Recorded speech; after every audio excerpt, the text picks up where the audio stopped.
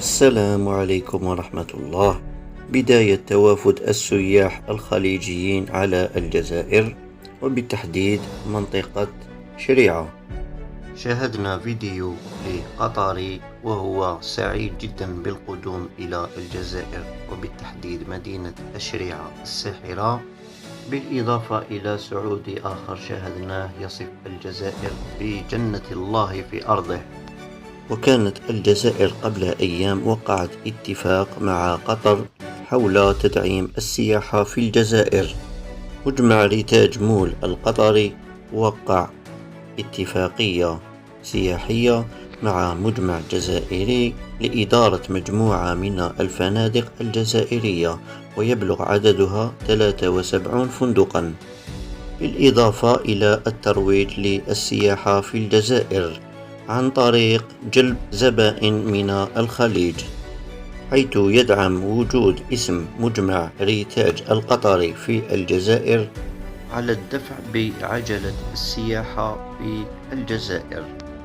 ومن المعروف أن أكبر عائق للسياح من أجل القدوم إلى الجزائر هو صعوبة الحصول على الفيزا الجزائرية. وبخصوص هذا الشأن قامت الجزائر بتسهيل الحصول على الفيزا السياحية. في منطقة ديك شتا الحين، وأول مرة نشوف الثلوج في دولة عربية. الجزائر ما شاء الله وجهة سياحية نشوفها كبيرة.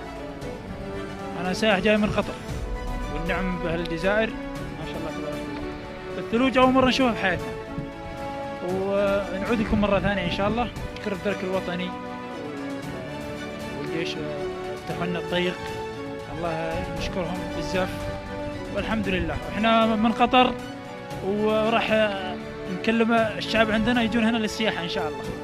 ويبدو أن الجزائر اليوم قد وضعت مقاربة اقتصادية جديدة تهدف إلى تنويع مصادر مداخلها عن طريق التخلي عن التبعية للبترول والغاز.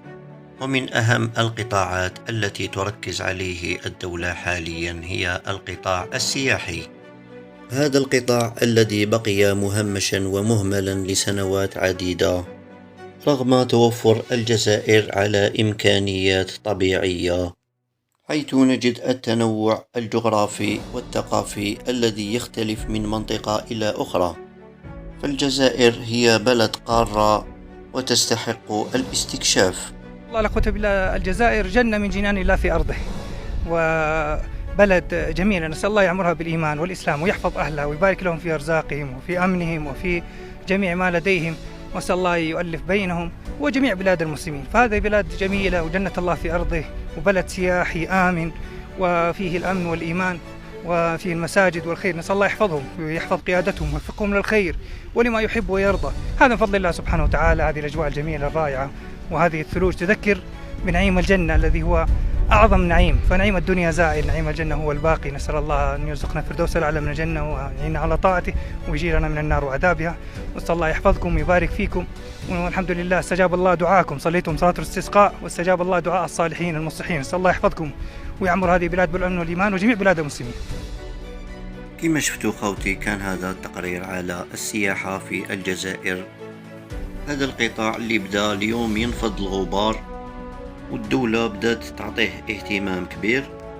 أكيد حنا كجزائريين عندنا شروط من أجل فتح باب السياحة في الجزائر، وهي أن تكون سياحة أخلاقية، سياحة تكون بشروط وبضوابط وبالحفاظ على مبادئ وأخلاق الجزائريين، ويكون فيها تعريف بجمال الجزائر، بالإضافة إلى إبراز الثقافة الجزائرية والتنوع الثقافي في الجزائر.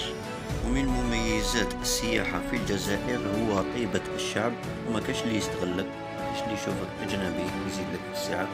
وشوفوا تجربة هذا الأردني في مدينة جيجل. جيجل يعني مدينة صعب تتكلم عنها إلا لازم تزورها حتى تقدر تعبر. الشعب ما هو الشعب يستغلك كونك سائح، الشعب يرحب بيك.